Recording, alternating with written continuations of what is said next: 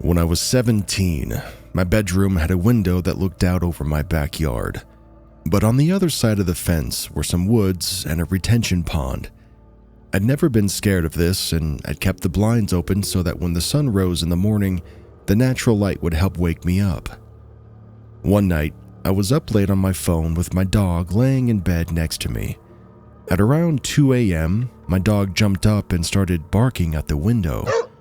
At first, I thought he was just barking at his own reflection, and I told him to stop. But then I realized he was looking at the left side of the window while his reflection was on the right. I couldn't see outside the window because I had left the lamp on my nightstand on. All I could see in the window was the reflection of my own bedroom. Not wanting to alert whatever might be out there that I was scared, I faked a yawn, I set my phone aside, and I turned off the lamp. I then laid down facing the window, and I swear, I saw a set of human eyes looking back at me from the left side of the window. I drink a lot of water at night, so I had an empty water bottle on my nightstand. I grabbed it, and I pretended to just realize that it was empty. I turned on the lamp and acted like I was going to get some water. I went to my parents' room, and my dad told me not to worry because we had these motion-activated floodlights and they hadn't been turned on, so there was no way anything was out there. I went back to my room and I told myself that I was just seeing things. I closed the blinds and turned off the lamp, and I got some sleep. When I woke up in the morning, I went to take my dog out and I decided to check out the pine straw bedding underneath my window. It was visibly disturbed. I did my best to ignore that and remember what my dad said about the floodlights, and that worked pretty well until my dad tested the floodlights later that day and found that the bulbs had been burnt out. To this day, I keep my blinds closed and my lamp off when I sleep. I don't want to risk anything being able to see me, and if anything is somehow peeking through my window, I'd like to know that it's there. I hope I never see that again.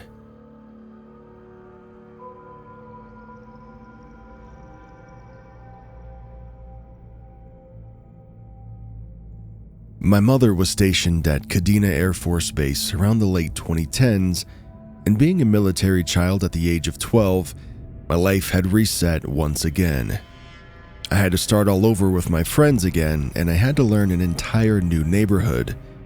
I didn't really have anything that made me ecstatic. That is, except for the Pokemon League that was held on base.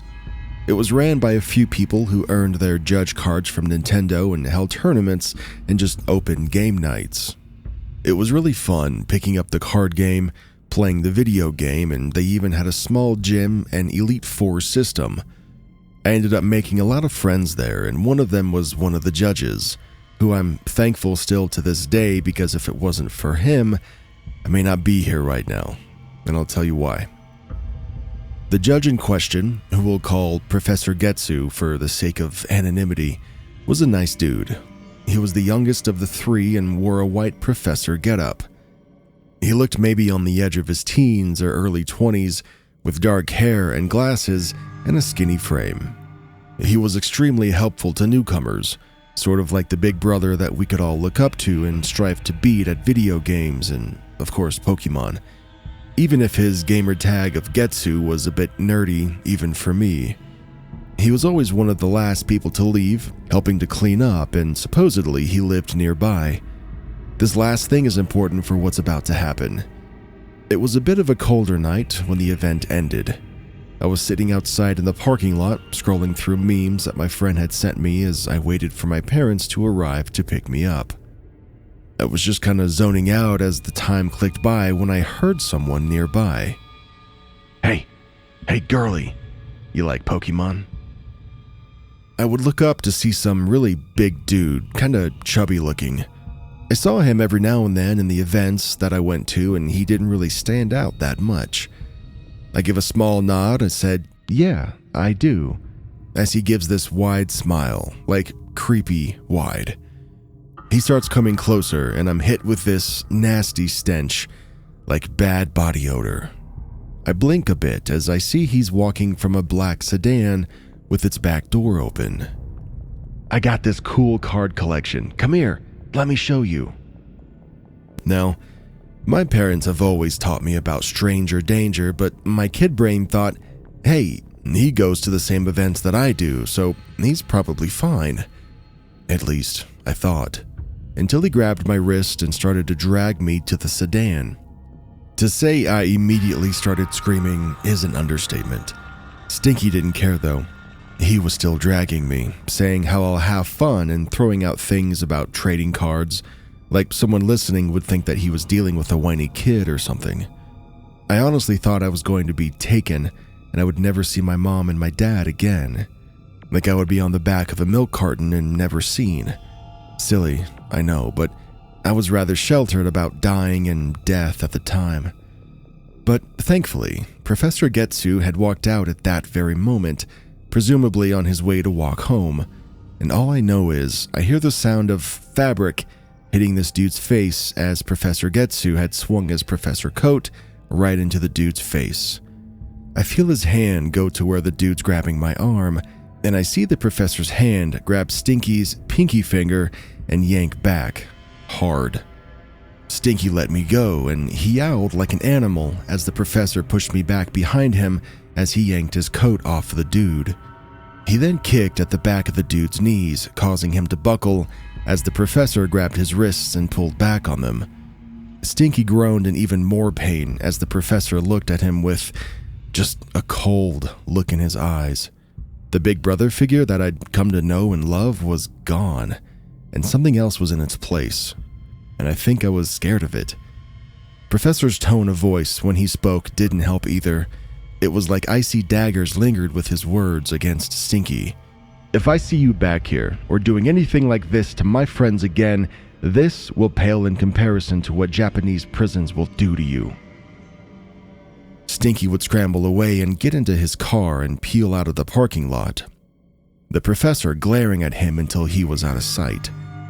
He would then guide me inside of the venue, buy me some fish and chips, and sit down with me until my parents finally arrived.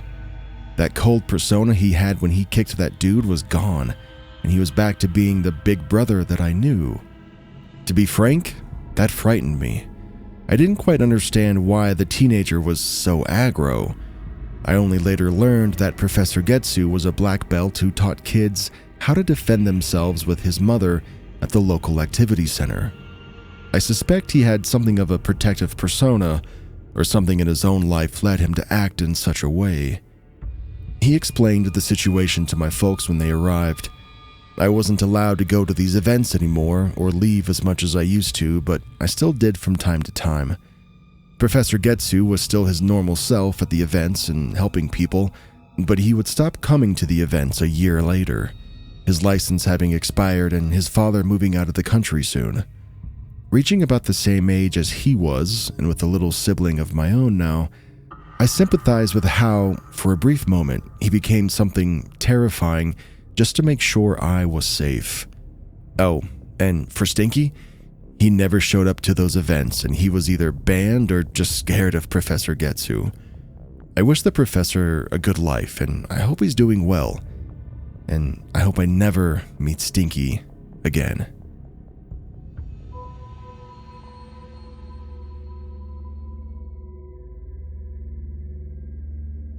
I live in a small village near Tunbridge Wells in Kent, England. On one side of our village is a vast forest that has parts that are very thick with trees and some parts that are large clearings. I usually walk there on the weekends as it's a relaxing and calming place for me. Usually. But that changed last weekend. It was a late Sunday night and I was doing my usual route through the woods when I came upon lots of pieces of paper, all scattered in this specific area. There wasn't a breeze, so the pieces of paper hadn't blown off from anywhere else. There must have been about 50 pieces of paper, all with the same phrase written on it, bringing you the laugh. I didn't really think much of it and took it as kind of a joke. I kept on walking, and 5 minutes later, I came across another pile, all with the same phrase, bringing you the laugh. I took a picture and decided that I would report it to the non-emergency number when I got home. When I looked up from taking the picture, I saw a bright flash of color in the tree line. I called out, "Hello? Who's there?" and got nothing in return. I called out again, "Hello?" Again, nothing. I told myself I was seeing things, and when I moved on, I was still pretty cautious. Then, all of a sudden, a clown jumped out from behind a tree. He had a latex mask on that covered his head, and he was wearing a bright yellow, purple, and red jumpsuit covered in blue polka dots. His mouth was revealed on the mask, and he grinned at me. And to be honest, I was expecting him to have crooked yellow teeth, but I was surprised when he flashed perfect, bright white ones at me. I was very taken aback, and then I stuttered out, Who are you?" He giggled and said in a sing-song voice, "I'm Honky the Clown. I'm your best friend." He kept asking me questions about where I lived, what my name was, and if I locked my doors at night. I was kind of annoyed at this point, and I firmly said, "This isn't funny. Leave me alone." He then stopped grinning. "Not funny?" he said in an upset voice. "Not funny?" He kept repeating those words over and over, but he got more angry every time he said it. After the 5th repetition of that phrase, he was practically spitting with fuming anger. He then took a kitchen knife out of his back pocket. He lunged at me and I dodged out of the way, but not fast enough. I didn't see him cut me, but I did look at my arm and I saw a long, thin line appear on my skin, oozing blood. I let out a yelp and I took one last look at him before I sprinted away. I didn't know where I was running to, I just knew I needed to get away. Nothing happened after that. I ran out of the woods and back home, and I called the police instantly. I had completely forgotten about my arm, and it was covered in blood by the time the police got to my house, and they sent for an ambulance. I took them to the place that the clown was, but he was gone, and so were all the papers. I haven't seen him or anything like that since. Now, a week later, I finally feel safe enough to write this here. The police investigated for a few days. They asked a few questions, but they were gone by Wednesday. I still look over my shoulder as if the clown is going to be there, watching me, holding that knife.